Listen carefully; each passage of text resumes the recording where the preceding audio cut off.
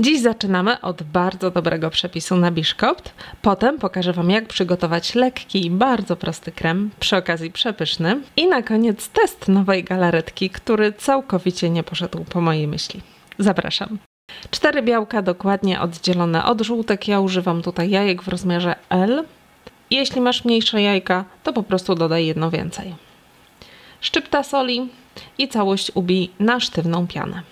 Gdy piana będzie już sztywna, zmniejsz obroty miksera i dosyp 3/4 szklanki cukru pudru. Po dosypaniu cukru kontynuuj ubijanie jeszcze około 5 minut, do 7 maksymalnie, jeśli używasz miksera ręcznego. W międzyczasie 3/4 szklanki mąki pszennej, najlepiej typu 450, 2 łyżki mąki ziemniaczanej i 1 płaską łyżeczkę proszku do pieczenia wymieszaj dokładnie razem. Gdy piana z białek będzie już prawie gotowa, 4 żółtka, które pozostały po białkach i 1 łyżkę octu wymieszaj razem dokładnie, po czym ponownie zmniejsz obroty miksera do najniższych możliwych i powoli dolej żółtka. Całość wymieszaj tylko tyle, aby składniki się połączyły i następnie mikser odstaw na bok. W 3-4 podejściach dosyp obie mąki wymieszane z proszkiem, najlepiej, żeby były wcześniej przesiane. I całość za każdym razem delikatnie wymieszaj.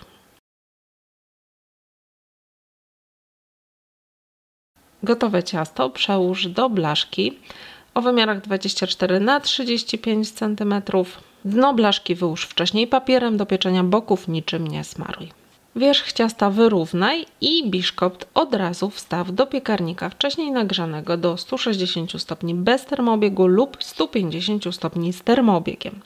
Biszkopt piecz na drugim poziomie od dołu przez 20 do 30 minut lub do suchego patyczka. Po upieczeniu od razu wyjmij go na blat i zostaw na 10-15 minut do przestudzenia. Następnie wyjmij go z blaszki, zdejmij papier i pozwól mu całkowicie wystygnąć, po czym przekrój na 2 równe i dosyć cienkie blaty.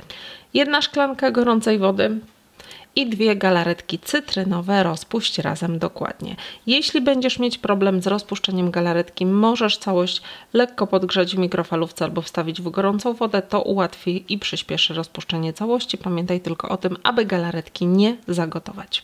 Taką galaretkę odstaw do całkowitego wystudzenia. Gdy tak się stanie, 750 g śmietanki 30%, bardzo dobrze schłodzonej. Ubij na sztywno.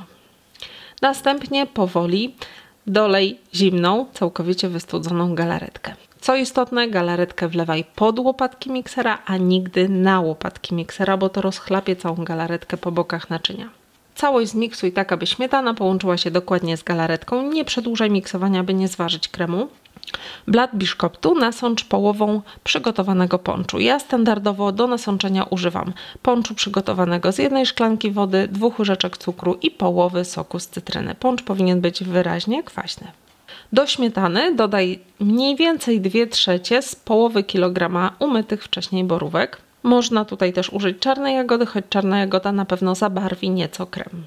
Całość wymieszaj i 2/3 kremu wyłóż na nasączony blat. Wyrównaj i przykryj drugim blatem biszkoptu. Wierzch nasącz pozostałym ponczem, po czym na wierzch wyłóż resztę kremu, tego, który pozostał w misce. Całość wyrównaj i jeszcze posyp pozostałymi borówkami. Ciasto wstaw do lodówki, aby nieco zastygło. No i teraz galaretkowa drama, która rozpoczyna się od 4 niepełnych szklanek gorącej wody. Zazwyczaj używam niebieskich galaretek z błyszczowej, ale tym razem postanowiłam przetestować taką galaretkę. A zatem do tych 4 niepełnych szklanek dorzucam jeszcze 2 galaretki. I teraz tak, galaretka ma przepiękny kolor, bardzo ładnie pachnie w trakcie rozpuszczania i też naprawdę jest smaczna. Ale po kilku dobrych godzinach na blacie, kiedy galaretka nie przejawiała żadnej ochoty do stężenia, postanowiłam wstawić ją do lodówki, a ponieważ w międzyczasie zrobiło się dosyć późno, a galaretka w tej lodówce zaczęła trochę tężeć, ale bez jakiejś rewelacji, wyjęłam ją z tej lodówki i zostawiłam na blacie na całą noc. Dodam, że wtedy nie było dosyć gorąco na dworze, bo akurat przyszło ochłodzenie. Po całej nocy na blacie, gdzie większość galaretek po prostu by stężała chociaż lekko, galaretka miała nadal taką, powiedzmy, półpłynną konsystencję. Nie widząc zatem szans na sukces, stwierdziłam, że wspomogę się dodatkową żelatyną i tutaj widzicie 3 łyżeczki żelatyny rozpuszczone mniej więcej 1/4, 1/3 szklanki gorącej wody.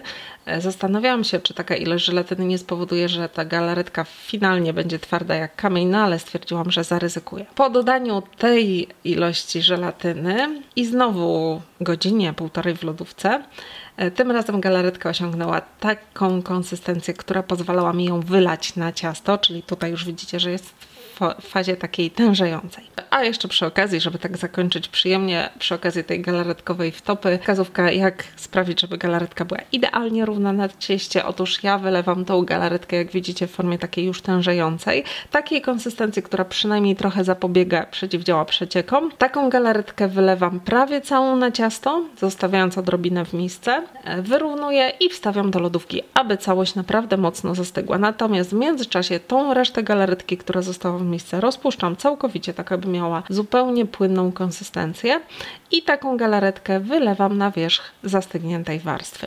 Dzięki czemu całość jest równa i nie ma tych takich wybojów, które normalnie są w galaretce takiej lekko stężałej. No i teraz ciasto do lodówki. No i test, jak ta galaretka z 3 dodatkowymi łyżeczkami żelatyny będzie się zachowywała po kilku godzinach w lodówce, bo moja obawa była potężna, że nie da się w nią wbić widelca. No, ale moje obawy okazały się całkowicie niesłuszne.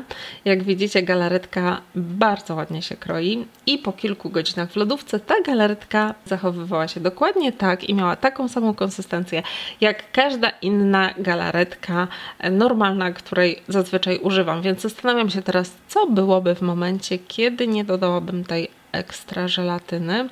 No i myślę, że te szacunki ilości wody są mocno optymistyczne, jeśli chodzi o akurat ten odcień i ten smak galaretki, ale kolor przepiękny, a smak też naprawdę bardzo dobry, więc w sumie galaretka fajna, ale zdecydowanie nie w tych proporcjach, które podaje producent na opakowaniu. Smacznego! A więcej sprawdzonych przepisów na przepyszne ciasta, torty i nie tylko znajdziesz w moich książkach. Zapraszam do sklepu Orchideli, teraz trwają wciąż promocje wakacyjne. Przypominam również, że wszystkie przepisy zawarte w książkach mają dodatkowo filmy, które pokazują ich przygotowanie, co znacznie ułatwia sprawę i gwarantuje sukces. Zapraszam.